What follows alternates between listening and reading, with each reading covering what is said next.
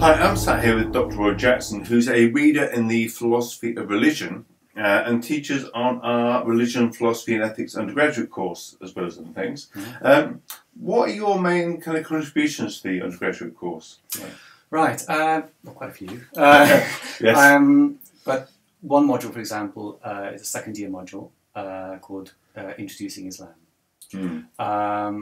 And so, in a sense, the name is on the tin there. I think it's really designed for, it does not assume that anyone has any background knowledge within Islam, so it is introducing it.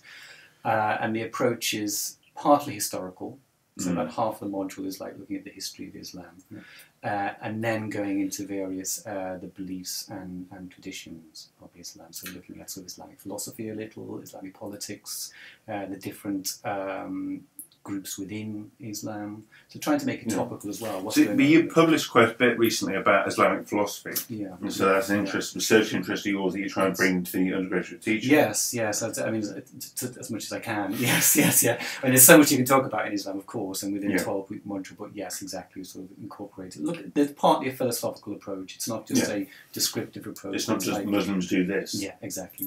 I would hope that students, even if they've got no background knowledge, they can pick up an introductory text. A student might arrive at week one, know nothing about Islam, or having encountered quite a bit at some other level. But by the time they leave, they should, in the last few weeks, certainly by then, have the opportunity to have quite sophisticated debates and discussions, and there's room within the structure for students to make their own contributions. Absolutely. As you say, it's not quite simply like looking at what the features of a mosque. You know, it is like engaging within Islam as a living religion. And something that is, they can just read a newspaper every day to see that it's very, very...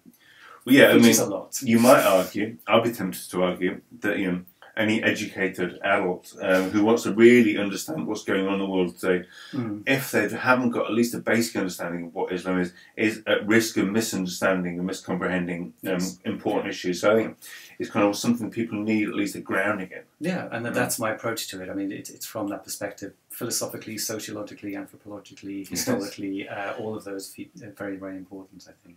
But you don't just teach the Islam module, you also you contribute across the course, but particularly in some of the final year modules.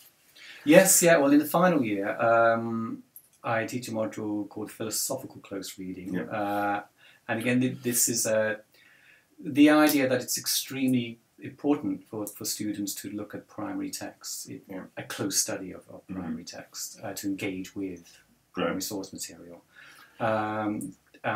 In previous years, and probably continue to do so, look at Nietzsche's Beyond Good and Evil as a text. So what we do is literally week by week go through one section of that book. So it's like a reading group, but it's engaging with the material. Nietzsche is someone who is very open to interpretation, so people have a lot to say, I guess. They have a huge amount to say, So it's a very discursive. We debate a lot. We discuss and try and get to grips with what Nietzsche was saying or trying to say. I think that's, and certainly from talking to the students that I know, they find that module often initially it's hard work. But ultimately, when they finished it, one of the things that I've certainly heard them saying is that one, they really know that they like the fact they know a book of philosophy really well. Really in fine-grained detail. Also, they kind of feel that they're getting it now. If they wanted to study another philosophical text in that detail, they've now got a kind of method. They've learned how to do it. And that's really kind of important thing for them. I think it's a very important skill to have, not just always relying upon secondary material and their views, but for you to engage within something itself. And a kind of realisation that there is so much interpretation that goes on there. So not only generate their views and the secondary sources that they read about it, but also to look at other students that they've known for 2 or 3 years that often may respect their views or not. And to kind of see, well, they've got something, we both read the secondary source, both read the primary source, and yet they think completely different things about what's the heart of what this issue is. And also, what also often happens in those seminars is how they can relate it to other things they've been studying as well. It all kind of connects. Well, some of our third year students are starting to draw together loads of material. And of course, you often have blogged about that as ongoing, a lot in conjunction with the module as well. So I think it's really kind of, it's tough, but it's supported, and students come out of it thinking, I'm so glad I did that. even though it wasn't the easiest thing to start. Yes, they do. Yes, I also teach in God of Philosophy. Maybe we should. Of course, yes. You mentioned philosophy of religion. So again, this is one module. It's called God of Philosophy. It's a second-year module as well. And that is essentially is philosophy of religion.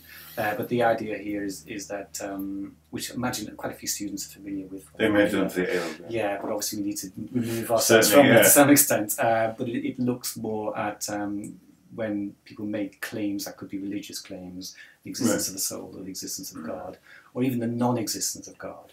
What does philosophy contribute to the debate? So it also looks at the whole sort of atheist debate and Richard Dawkins and so on. So yes, there's a big kind of chunk in there examining things like where atheism sits in relation to that. Yes, because even if you are an atheist, you have to be to defend that. You know? Yeah, no, there's certain things like people's epistemic duty towards their beliefs. Yes. And also, I think from what I've seen from second marking some of the work and things is that it really takes it beyond what people may have studied before or not studied, and that you're examining these claims in a much more substantial and deep manner, and you're engaging with primary texts and a bigger range of primary texts. So you're making people read primary texts, so that by the end of it, people don't just know the segment that's on the syllabus, as they made previously, but they've really got a kind of a broader range of things and appreciate people who don't agree with them.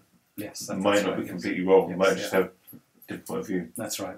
Yes, they're going to have to read some Descartes and Plato and so on. But I say going to have to. But that sounds great. Yeah, it's fun, honest. Well, I think that's almost the perfect thing to end on. It's fun. It's fun. Of course, it's fun.